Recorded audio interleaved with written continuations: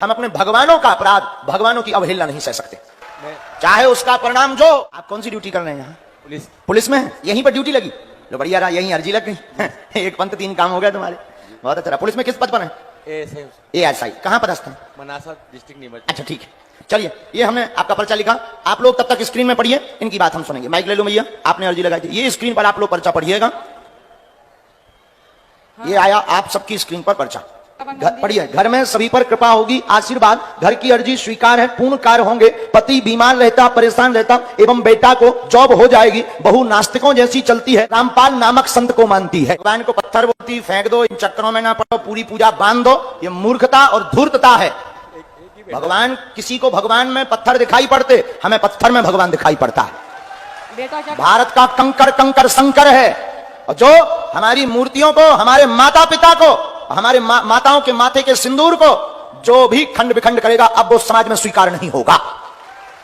हम किसी संत के विरोधी नहीं है, क्षमा करना, हमारा सब संतों के प्रति आदर है, हम किसी भी संत के विरोधी नहीं है, हम सब संतों को मानते हैं, चाहे वो कोई भी संत हो भारत का, जिनका नाम परिचय में आया, चाहे वो भी हो, हमारी सबके प्रति श्रद्धा है। लेकिन हम अपने भगवानों का अपराध, भगवानों की अवहेलना नहीं सह सकते, चाहे उसका परिणाम जो हो, चाहे जैसा भी हो।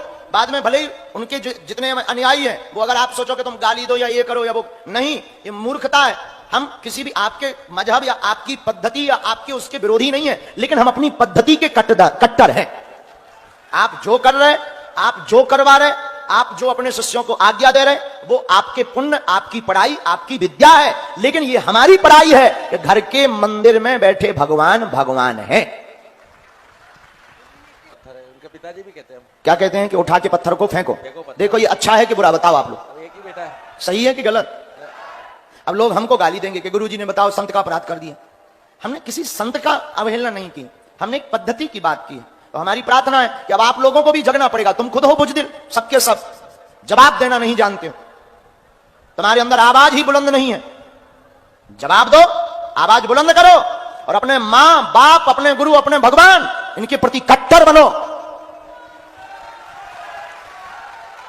वरना आज भगवान को फेंकवाया जा रहा, कल तुम्हारे मां बाप को फेंकवा देंगे, परसों तुमको फेंक देंगे। इसलिए कट्टर बनो, जागो, अपने परमात्मा के, अपने ईश्वर का अपमान मत सहो।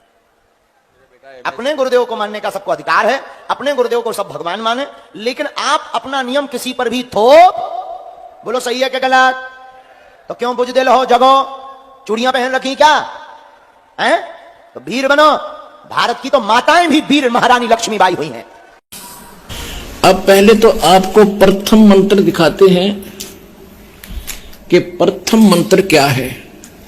ये देखिएगा, ये हमारा बॉडी का चित्र है, इसमें ये कमल बने हुए हैं, ये मूल कमल में गणेश जी, और इसका ये किलियम जाप है, और इससे ऊपर स्वाद चक्र अनुष्ठान, ये स्वादिष्ठान अनुचक्र भी कहते हैं। इसकी 4 पंखड़ियां, इसकी 6 पंखड़ियां दूसरे कमल की, और सावित्री ब्रह्मा इसका ओम जाप है। यहाँ विष्णु, लक्ष्मी और विष्णु का जाप है, ये नाभि कमल है, और इसका ये हरियम जाप है। ये शिव और पार्वती रहते हैं, यहाँ परमात्मा ने इनको मंत्र दिया था, ये मंत्र, तो उसके बाद ये उनके शिष्य बने थे, उसके बाद शंकर भगवान इसी का जाप करते, इसलिए सोहम जाप यहाँ इसका कहा गया। अब यहाँ देखिएगा, ये दुर्गा है, इसका ये 16 पंखड़ियों का कमल है, कंठ के अंदर है, और ये इनका जाप है। और यहाँ और आगे अलग, ये तो फिर केवल मालिक ने संदेश दिए हैं। अब ये हैं इस शरीर से, इस पिंड से निकल, यहां तक बरी होने के लिए हमने ये मूल मंत्र जाप करने हैं। कैसे करने हैं ये नहीं खोलूंगा, वो तो जो उपदेश लेगा उसी को बताऊंगा। जो बीच के 5 नाम हैं, प्रथम और लास्ट को छोड़कर जो 7 नाम का आपको मंत्र दिया जाता है। अब ये तो हो गया कि ये 5 नाम हम जाप करेंगे, तो ये 5 नामों का हम साधना करेंगे। हमने इन भगवानों का कर्जा ले रखा है, यहाँ फंस रहे हैं, इनसे लाभ ले रहे हैं, हम ऋणी हो रहे हैं। इस मंत्र से हम इनका ऋण उतारेंगे, और ये इन देवताओं के मूल मंत्र है, इनसे लाभ लेने के।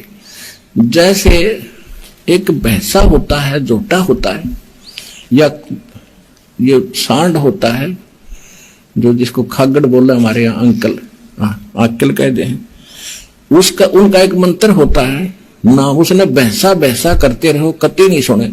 अरे एक बार उसको कहते हुर्र, वो यूं देखेगा और मनमाने भाग ले उस तरफ, तो वो बहसा तो उसका अलग नाम है और वो मूल मंत्र है जो उसने पकड़ कर खींचेगा, प्रभावित करता है।